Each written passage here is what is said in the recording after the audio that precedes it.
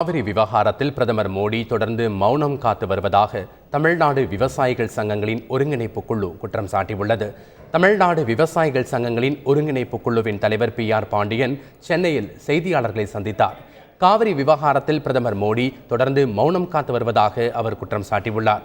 நீதிமன்றத்தின் உத்தரவை மத்திய அரசு உடனடியாக நடைமுறைப்படுத்த வேண்டும் என்றும் அவர் கேட்டுக்கொண்டுள்ளார்.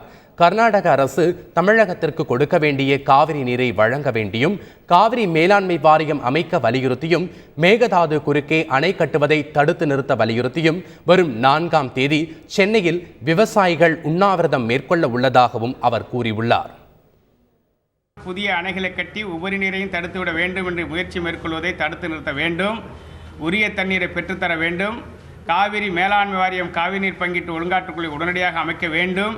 மத்திய அரசாங்கம் பிரதமர் இனியும் மௌனம் காக்காமல் உடனடியாக தலையிட்டு இதற்கு நடவடிக்கை எடுக்க வேண்டும் என்பதை வலியுறுத்தி தமிழகத்தில் இருக்கிற அனைத்து அரசியல் கட்சிகளும் ஒத்த கருத்தோடு இருந்து போராடுகிறோம் என்கிற ஒரு உணர்வை மத்திய அரசுக்கு தெரிவிக்கிற விதமாக வருகிற நவம்பர் 4ஆம் தேதி சென்னையில் காலையில் 9 மணிக்கு துவங்கி மாலை 5 மணி வரையிலும் அனைத்து கட்சி தலைவர்கள் பங்கேற்கிற மாபெரும் உண்ணாவிரத போராட்டம் நடைபெற இருக்கிறது.